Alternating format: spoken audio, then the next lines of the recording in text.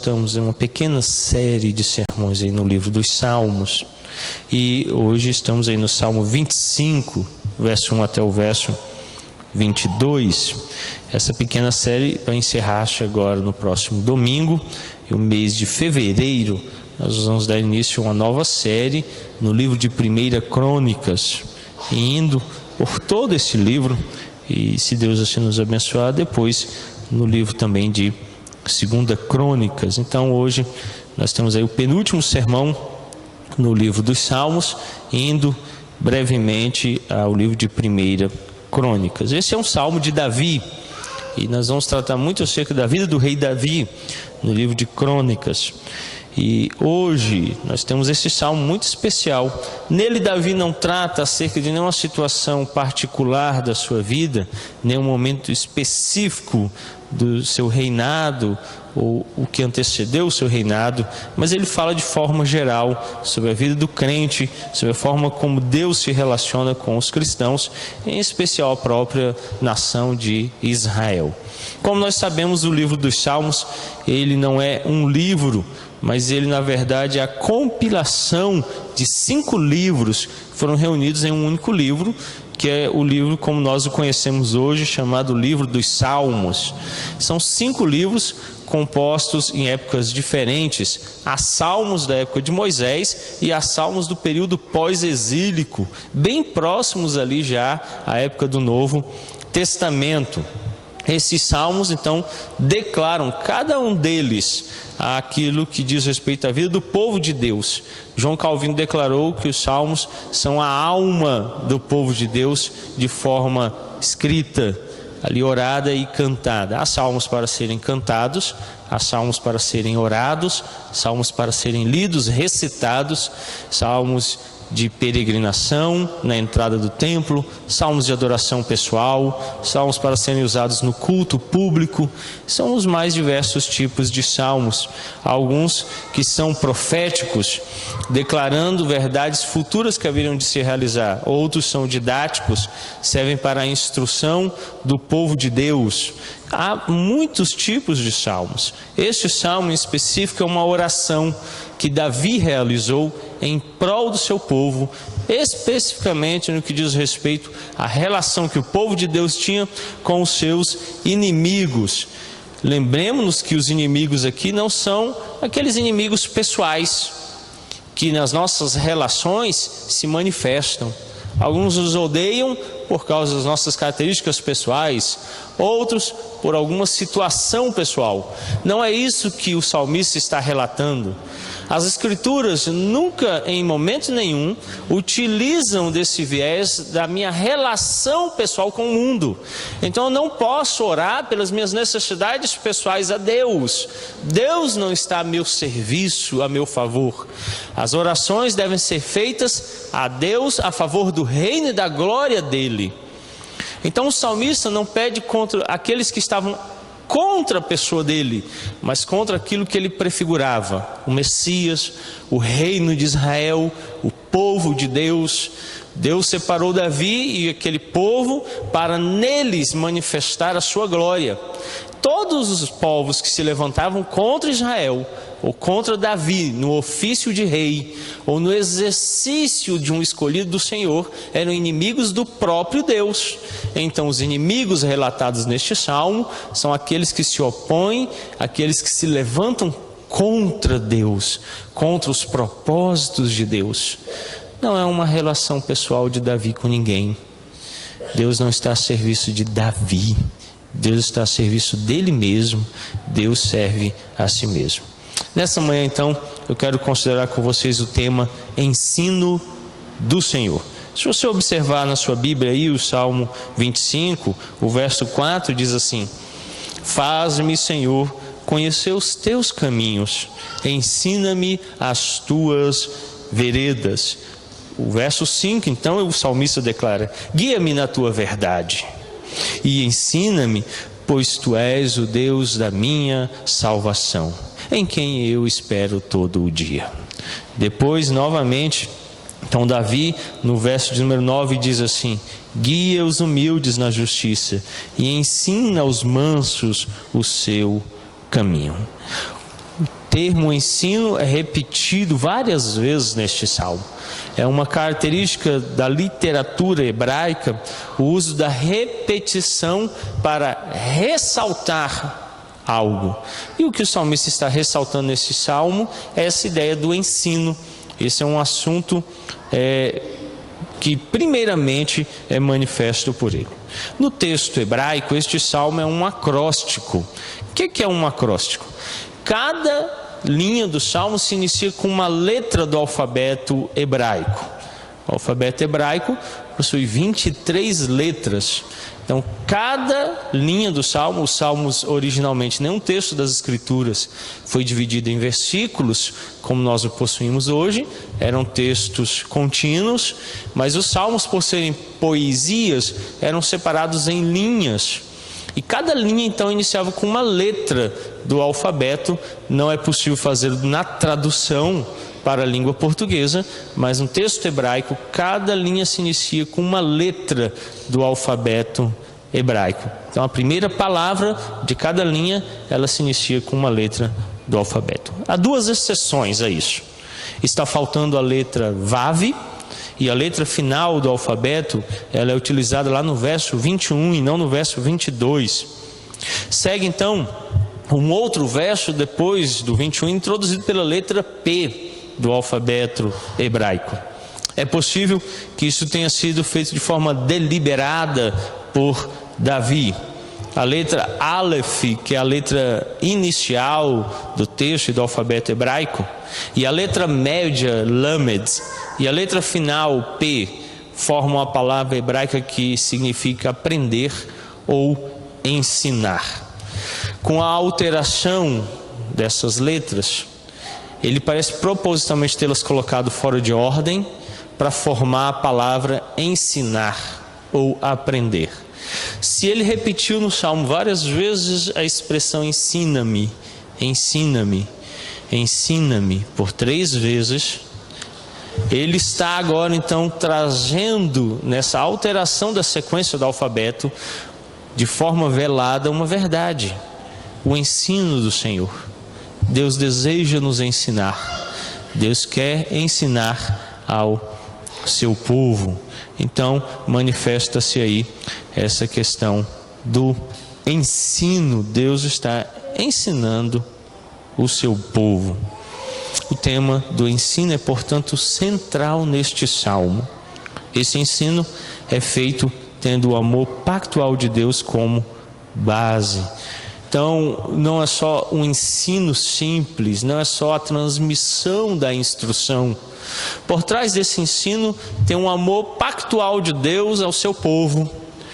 É isso que diferencia o ensino, que faz com que ele seja algo diferente para o povo hebreu.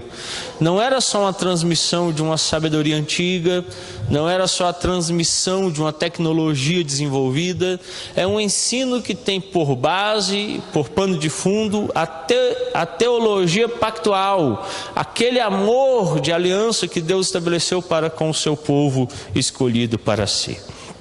Então, nessa manhã, em primeiro lugar, eu quero considerar com vocês uma oração ao Senhor. Vamos ler o verso 1 ao verso 7, Salmo 25, verso 1 ao verso 7. De Davi: A ti, Senhor, elevo a minha alma, Deus meu, em ti confio. Não seja eu envergonhado, nem exultem sobre mim os meus inimigos. Com efeito, dos que em ti esperam, ninguém será envergonhado. Envergonhados serão os que sem causa procedem traiçoeiramente. Faze-me, Senhor, conhecer os teus caminhos. Ensina-me as tuas veredas. Guia-me na tua verdade e ensina-me. Pois tu és o Deus da minha salvação, em quem eu espero todo dia. Lembra-te, Senhor, das tuas misericórdias e das tuas bondades, que são desde a eternidade. Não te lembres dos meus pecados da mocidade, nem das minhas transgressões. Lembra-te de mim, segundo a tua misericórdia, por causa da tua bondade, ó Senhor. Os salmos pedem uma leitura lenta, compassada e atenciosa. Já no verso 2, o salmista diz assim: Deus meu, em ti confio, não seja eu envergonhado, nem exultem sobre mim os meus inimigos. Parece aqui ser este o motivo da oração, que aparece novamente no verso 19: considera os meus inimigos, pois são muitos, e me abominam com ódio cruel. O salmista vai usar aqui uma outra estratégia literária da poesia hebraica, o paralelismo. Ele contrapõe aquilo que ele falou no início do salmo com aquilo que está no fim do salmo. Ele começa falando dos inimigos e termina falando dos inimigos. Isso nos aponta uma necessidade que era muito forte na vida do salmista. Eu tenho inimigos. Lembrem que os inimigos não eram dele mesmo, mas eram contra aquilo que ele representava como povo de Deus, como rei que Deus tinha estabelecido. Então ele está falando: Senhor, lembra de mim. Olha os inimigos que se levantam contra a tua igreja, contra o teu povo. 2 vezes ele fala da questão dos inimigos. Há uma estreita relação do salmista com Deus, e está indicada pelo modo como ele lhe fala e pela confiança expressa nele. A oração dele é uma oração de quem confia em Deus. Se tem uma coisa que Deus faz através da oração, é nos ensinar. Eu já falei sobre isso aqui. A oração não muda Deus. Deus é imutável. Deus não muda. Ele não tem sombra de variação alguma no seu ser. Ele não se alegra, não se entristece. Ele não fica maior nem menor. Deus não muda. Ele é sempre o mesmo, estável em si mesmo, feliz, autocontente, autorrealizado em si mesmo. Ele não necessita de nada, diz o apóstolo. Não pode ser servido por mãos humanas. Ele não precisa do ar, de comida, de alimento, dinheiro, coisa alguma lhe satisfaz. Ele tem tudo o que ele precisa. A oração então não pode agir daqui para o alto, os céus, afetando Deus. A oração não muda Deus, a oração muda o meu coração. Quando eu oro, eu sou transformado. Quando eu oro, eu sou mudado. Quando eu oro, este mundo é afetado. Deus não. Então o salmista começa expressando essa confiança em Deus. Verso 1: a ti, Senhor, elevo a minha alma. Davi diz que há uma grande separação entre ele e Deus. E ele diz assim: eu me elevo até ti. Eleva a minha alma. Ele toma aquilo que diz respeito às suas emoções e coloca lá na presença elevada de Deus, nos altos céus. E ele diz: Deus meu. Ele o chama do seu Deus, numa relação pessoal, numa relação íntima, e ele declara: és o meu Deus, em ti confio. Ele tem confiança em Deus. A oração pressupõe confiança, fé. Nós não andamos por vista, mas por fé. Não é pelo que vemos, pelo que experimentamos. Temos plena confiança, mesmo que não vendo, mesmo que se tarde, não se realize. Confiamos plenamente em Deus. Se todas as coisas forem de forma contrária, ainda assim confiamos em Deus. Nós não somos guiados por situações temporárias. Essa estreita relação lhe permite continuar apresentando a Deus um contínuo apelo. A maior fraqueza que possuímos é falta de fé. É por isso que não oramos sem cessar. Achamos que é possível dar resolução a nossos problemas das mais diversas formas. Então é muito comum ouvir no gabinete pastoral a seguinte expressão: pastor, já tentei de tudo, o senhor pode me ajudar? Seria tão fácil se começássemos por Deus, mas a nossa tendência é terminarmos em Deus. Depois que tudo deu errado, depois que não há mais saída, acho que já tentamos de tudo, usamos a nossa sabedoria, a nossa força, tentamos de toda e qualquer situação resolver nossos problemas, recorremos a Deus. A oração é a última alternativa, nunca a primeira. Ela nunca é contínua, ela é sempre esporádica. Deus é aquele que só é buscado quando nenhum outro Deus deu mais um efeito necessário. Isso o ofende. Mas a relação íntima de Davi diz assim: Tu és o meu Deus, eu confio em Ti. Confiança é isso.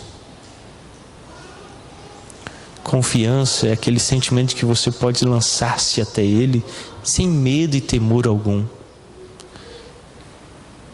sem sequer cogitar a possibilidade que não vai dar certo. Para aquele que confia nele plenamente, sempre vai dar certo, mesmo que os montes se lancem ao mar e que a vide não floresça. Ele confia em Deus. Isso é confiança. Confiança é a certeza plena e final, irrevogável, de que Deus não falhará, que Ele não torna atrás, que Ele não mente, que Ele é fiel, que Ele permanece em todos os seus propósitos para sempre. Quando não há confiança, não há oração, não há fé, não há certeza, não se espera nele, não busca.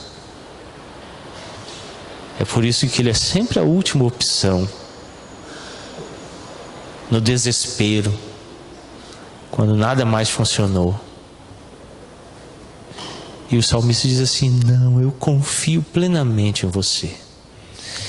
Por isso me lanço diante de Ti, e de contínuo eu clamo. O salmista deseja ser auxiliado contra os seus inimigos. Ele começa e termina o salmo falando disso. São muitos. E ele termina lá no verso 19 dizendo assim: eles têm um ódio cruel. O texto hebraico dá a ideia de que não era só uma oposição verbal, mas eles estavam chegando às vias de fato. Talvez fossem tirar a própria vida de Davi. Algo físico estava atormentando. Ele estava cercado por todos os lados. Talvez um exército inimigo, armado até os dentes. O que nos faz lembrar daquilo que o autor já dissera: mesmo que se levante 10.000, o Senhor será por mim. 10.000 homens armados contra um único homem. E Davi diz assim: o Senhor é por mim. Será que quando os nossos inimigos da nossa fé, nosso cristianismo, da Igreja de Cristo se levantam, temos tido essa confiança? Será que temos olhado para Deus e orado? Deus quer nos ensinar a buscá-lo, a confiar nele e a rogar. Nos versos 16 a 18, o salmista vai descrever com mais precisão a sua aflição. Olha o que diz os versos 16 a 18. Volta-te para mim, tem compaixão, porque estou sozinho e aflito. Alivia-me as tribulações do coração. Tira-me das minhas angústias. Considera as minhas aflições e o meu sofrimento e perdoa todos os meus pecados. Está aqui então definido bem claro, porque a teologia presbiteriana não aceita psicologia, porque o processo das linhas de estudo da psicologia trabalham com a possibilidade de que o homem encontre resposta em si mesmo. O salmista declara algo contrário. A resposta não está em mim, nem pode ser encontrada em mim. A resposta é em Deus. E ele diz então no verso 16: volta-te para mim, tem compaixão. Passar horas e horas conversando com qualquer pessoa, por mais qualificada que ela seja, e isso inclui o próprio pastor, não vai trazer alívio para as suas dores. É preciso voltar-se para Deus, com um clamor específico. Davi diz assim: volta-te. Ele está dizendo para Deus virar-se.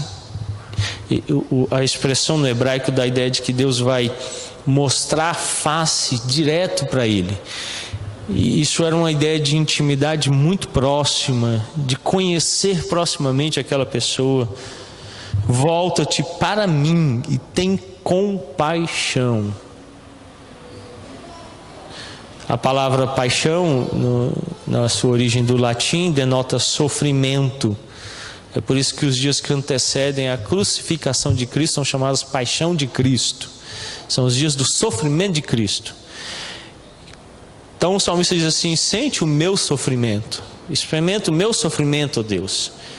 Se aproxima em uma relação íntima comigo e vê os meus sofrimentos. E ele então especifica isso agora.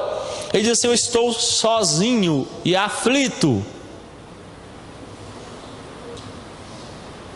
Assim nós nos sentimos, sozinhos, aflitos, abandonados.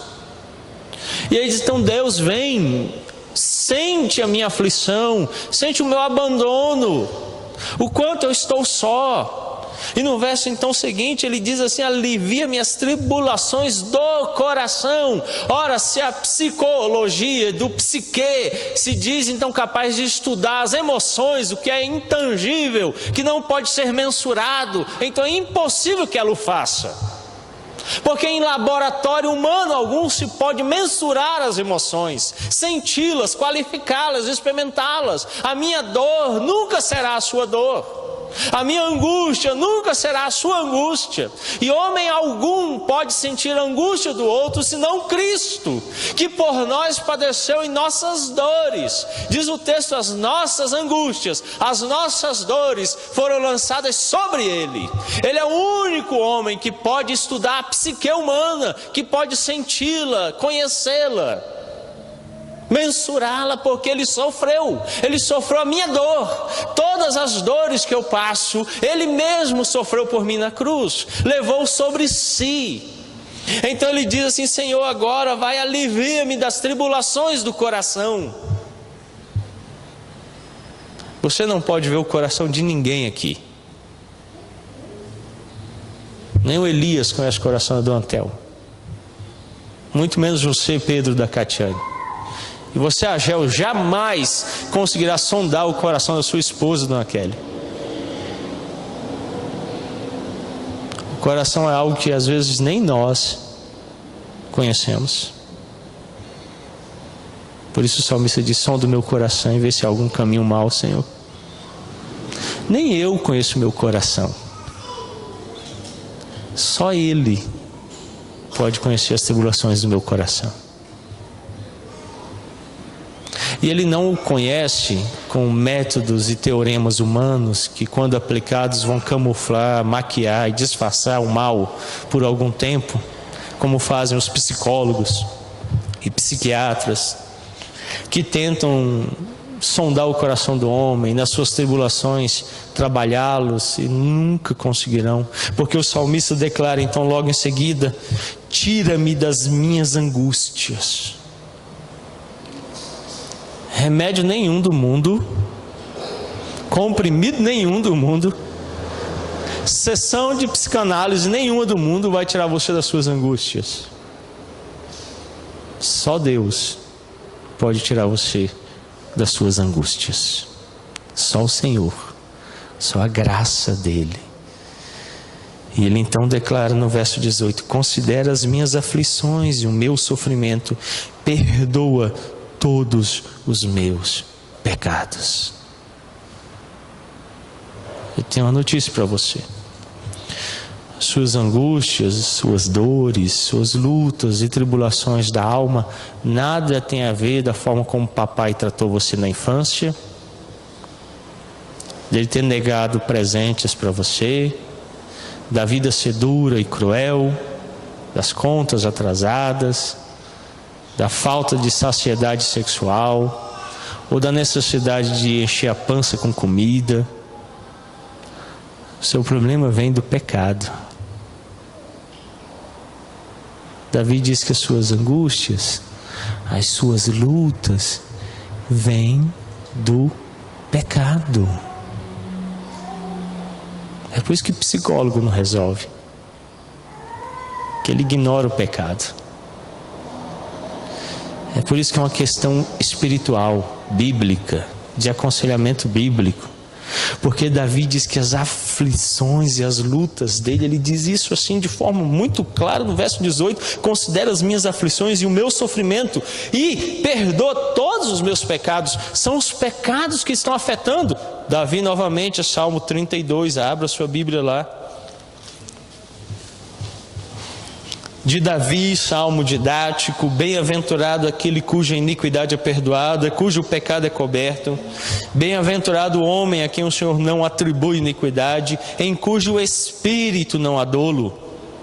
Enquanto calei os meus pecados, envelheceram os meus ossos pelos meus constantes gemidos todo o dia. Porque a tua mão pesava dia e noite sobre mim, e o meu vigor se tornou em sequidão de estio.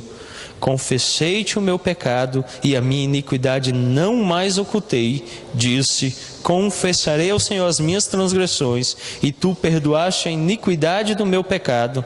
Sendo assim, todo homem piedoso te fará súplicas em tempo de poder encontrar-te.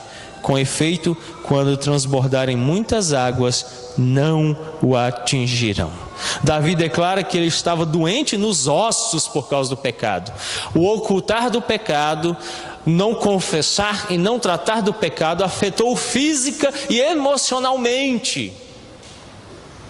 São os pecados que causam tribulação psicológica e às vezes física.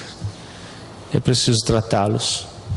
É por isso que Davi ora, confessa a Deus os pecados. Sem orar, sem tratar os pecados, não há restauração. O salmista, então, com confiança, espera em Deus clamando. Em contrapartida, os que tratam a Deus traiçoeiramente descobrirão que não existe nenhum livramento para eles. O verso 3, o salmista diz assim: com efeito, dos que em ti esperam, ninguém será envergonhado. Envergonhados serão os que sem causa procedem traiçoeiramente. Nossa tradução não é muito boa esse verso, porque no hebraico diz assim que eles agem de forma traiçoeira para Deus, contra Deus, a pessoa de Deus. Você quer entender isso? Ele diz assim no início desse verso 3: os que esperam em Deus, e não importa o que aconteça, encontram descanso. Então, mesmo que eu tenha que perder famílias, bens, prazer, não foi isso que cantou Lutero? Eu pergunto: se você perder tudo, você vai fazer como Jó? Cair de joelhos, erguer as mãos e dizer: bendito seja o Senhor, Ele deu, Ele o tirou. Os que agem de forma traiçoeira com Deus são caracterizados hoje pelo evangelicalismo. Deus é empregado deles, Deus está aqui para servi-los. Se não forem ricos, saudáveis, famosos, bonitos, Deus não é Deus. Vivem de forma egoísta, usando Deus, usando a religião, usando a igreja, usando a fé. A oração é um movimento egoísta, voltada para dentro de si, hedonista, materialista. Só pensa em prazeres, em bem-estar, em ter, possuir, ter lucro, ganho. Traiçoeiros, usam Deus, se aproveitam dele. São assim. O salmista diz: esses vão ter um pagamento cruel. Mas quem espera em Deus Não importa o que aconteça. O Salmo não diz se os inimigos foram derrotados, se Davi teve descanso. Não há essa declaração no Salmo. A única coisa que o Salmo diz assim: não importa se eles findaram ou não, se há inimigos ou não. Uma coisa é certa: Davi confia em Deus. Davi está olhando para Deus. Ao contrário daqueles que usam Deus, o único resultado plausível é o fim dos inimigos e o bem-estar pessoal. Traiçoeiros, voltados para si, não importa o que Deus quer, Deus só é um meio para chegar aos fins. Nós usamos todos os meios para o fim da glória de Deus, mesmo que seja a morte, mesmo que seja pobreza extrema, por causa do Evangelho.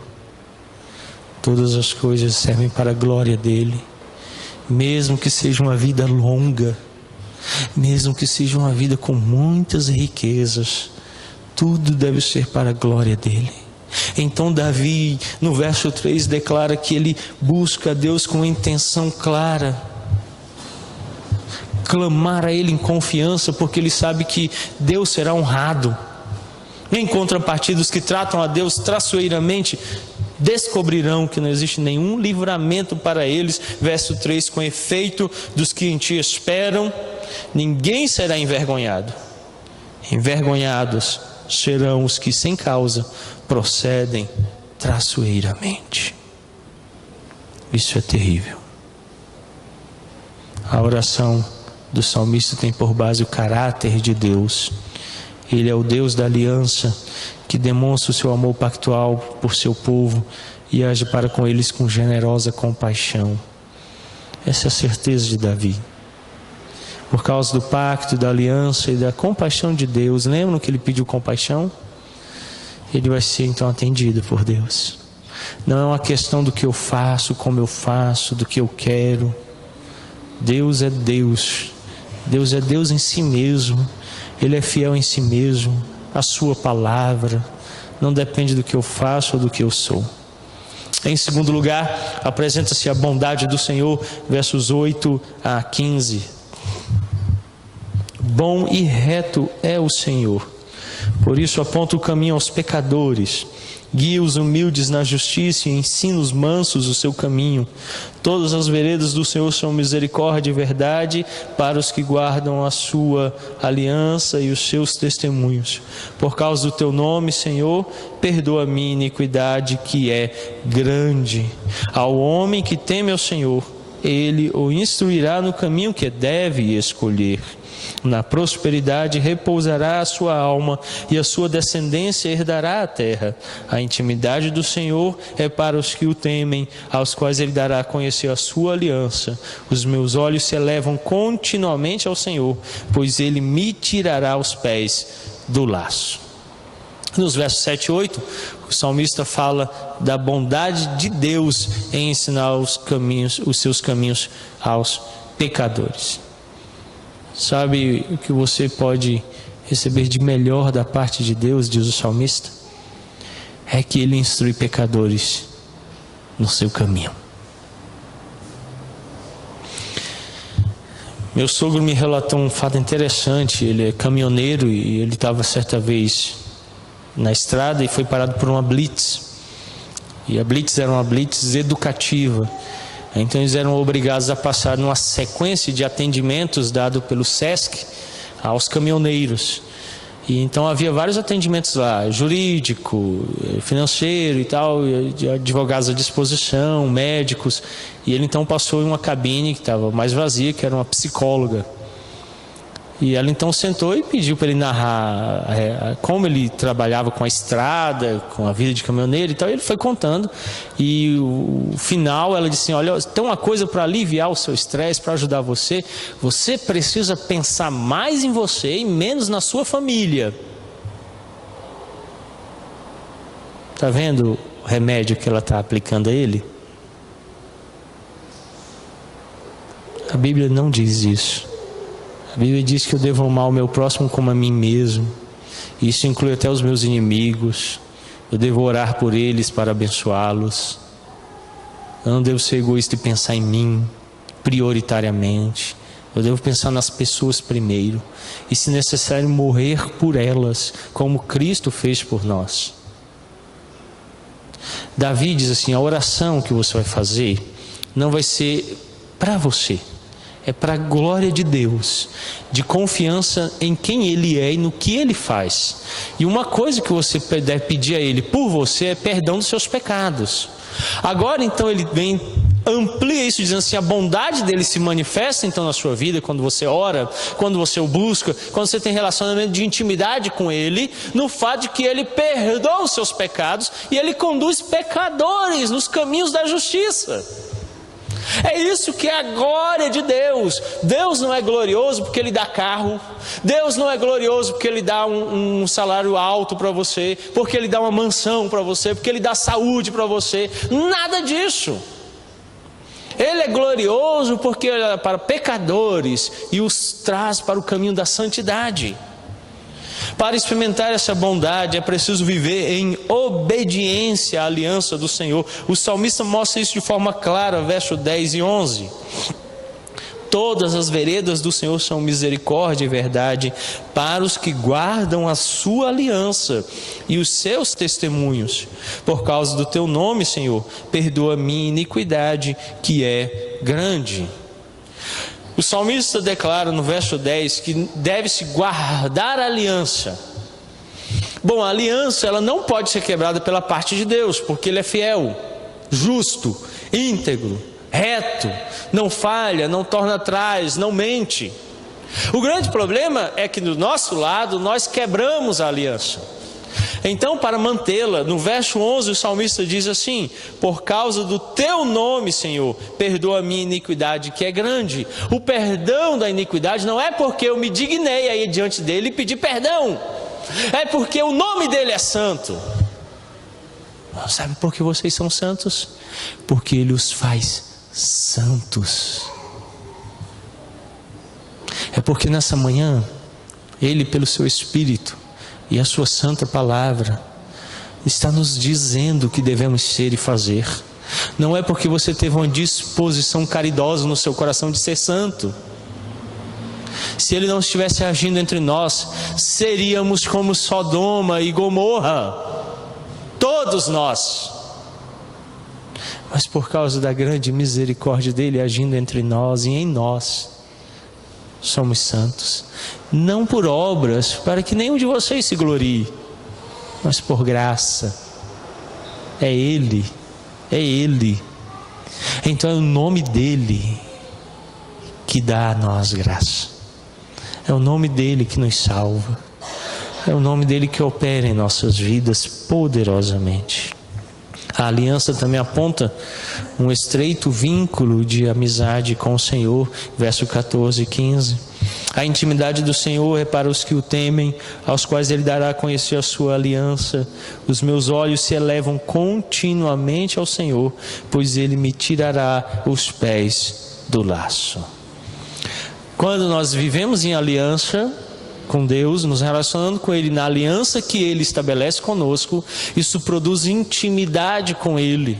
E intimidade tal que nesse verso aqui, Davi aponta aquilo que vimos anteriormente, quando ele diz assim: me permite ver a tua face, eu mesmo ver a tua face diretamente. Então no verso 15 ele diz assim: os meus olhos se elevam continuamente ao Senhor. Então ele diz: agora meus olhos estão sempre em Deus, meus olhos podem ver Deus sempre, de contínuo, constantemente Ele está diante de mim. Por isso Ele tira o meu pé do laço, porque eu estou vendo, eu estou vivendo diante dEle. Então ali existia uma relação recíproca entre os crentes que temiam ao Senhor e o Senhor que revelava mais de si mesmo a eles. Porque eles temiam a Deus e viviam em aliança, Deus se revela mais e mais a eles e de forma pessoal a eles através da sua palavra. Em terceiro e último lugar, um clamor ao Senhor, verso 16 a 21. Volta-te para mim, tem compaixão, porque estou sozinho e aflito. Alivia minhas tribulações do coração, tira-me das minhas angústias, considera as minhas aflições e o meu sofrimento, perdoa todos os meus pecados, considera os meus inimigos, pois são muitos e me abominam com ódio cruel. Guarda minha alma e livra-me. Não seja eu envergonhado, pois em ti me refugio. Preserva a minha sinceridade e a retidão, porque em ti espero. O salmista enfrentava interiormente os seus pecados e exteriormente os seus inimigos. Ele roga então a Deus que seja salvo de ambos. Não adianta buscar a Deus por refúgio se você não tratar dos seus pecados. Porque os nossos pecados fazem separação entre nós e o nosso Deus. Então ele luta contra os dois, o inimigo interno e o inimigo externo. Ele pede perdão dos pecados e então que Deus o livre dos seus inimigos. Ele se sente encurralado por seus problemas e deseja ver-se livre da sua angústia. Então ele clama a Deus: livra-me, eu estou encurralado, eu estou angustiado, visita-me, vem, Senhor. Quando você estiver assim, recorra a Deus em oração com confiança e com confissão de pecados, e vive em obediência à aliança de Deus. Não gaste o seu tempo, o seu dinheiro e a sua vida em gabinetes de psicólogos, porque você vai continuar com seus pecados, as suas angústias, e os inimigos vão prevalecer dia a dia contra a sua vida. Busque a Deus, procure a Deus. No fim do seu cântico, o salmista volta-se ao tema da confiança no Senhor. Observe o que ele diz então no verso 20: guarda minha alma e livra-me, não seja eu envergonhado, pois em ti me refugio. Ele não tinha outro ajudador, porque a sua confiança estava tão somente no Senhor. Deus é o seu refúgio, o seu esconderijo. É para Ele que ele corre, é nele que ele encontra algo onde ele pode ter segurança. Só em Deus. O caráter de Deus, sua integridade e retidão era a base da sua súplica. Verso 21: preserva-me a sinceridade e a retidão, porque em ti espero. É o caráter de Deus, é quem Deus é, não é o que Deus faz. Deus, ele é bom, ele não se torna bom. É por isso que culto de ações de graças é prestado a Deus por quem Ele é, não pelo que Ele faz. Muito cuidado com a hipocrisia. Se Deus me dá a passar o vestibular, eu faço culto de ações de graças. Se eu reprovar, Ele não merece nada. Se Deus me dá vida longa, culto de ações de graças. Mas se morre alguém na família, Deus não merece nada. Deus recebe ações de graças por quem Ele é, não pelo que Ele faz. Senão você está adorando o que foi feito e não Deus. Não viva por vista, mas por fé. É a certeza de coisas que não se veem, que não se realizaram ainda, mas nós cremos que elas serão realizadas e que elas são reais por quem Ele é. Ações de graças devem ser dadas a todo momento e a todo instante por quem Ele é. Então, é estranho ver Jó de joelhos dizendo: bendito seja, porque morreu toda a minha família. Bendito seja, porque meus bens se foram todos. Bendito seja, porque eu estou enfermo. Bendito seja, porque minha mulher me odeia e quer a minha morte. Bendito seja o Senhor. E as pessoas passavam e olhavam e diziam assim: o Deus desse cara é bom, porque mesmo em desgraça ele continua adorando Ele. Mas o Deus dos cristãos hoje é mesquinho, porque Ele só serve quando faz coisas boas. Senão, há quem até o renegue e o abandone, e o troque por coisas menores, porque está à busca não dele, mas de uma vida agradável e cheia de prazeres. O ensino do Senhor é que você deve orar com confiança, em obediência à aliança de Deus, crendo e confiando nele, porque ele é o refúgio em todo o tempo. Vamos orar, curva a sua fronte e feche os seus olhos. Vamos falar com Deus. Pai querido, Deus bondoso, de graça e misericórdia, ensina-nos a orar, porque não sabemos. Ensina-nos a confiar em Ti, como confiou Davi, o Teu servo, que mesmo em muitas aflições e angústias, em lutas na sua alma e cercado por inimigos neste mundo, buscou a Deus, crendo ser este o seu único refúgio. Ajuda-nos, sustenta-nos, pois somos falhos. Somos pecadores que carecemos da Tua graça. Perdoa as nossas iniquidades e os nossos pecados muitos. Visita-nos, ó bondoso Deus, com Teu amor e a Tua graça soberana. Faz brilhar sobre nós o Teu rosto, dar-nos vermos a Tua face e vivermos em intimidade contigo, para que os nossos inimigos sejam derrotados, não pela nossa soberba e egoísmo, mas pela Tua mão poderosa, em fazer-nos instrumentos da Tua glória. Que o Teu nome seja glorificado em nós, pois fomos criados com o único propósito de glorificar o Teu nome e gozá-lo para sempre. É o que oramos em nome de Cristo. Amém.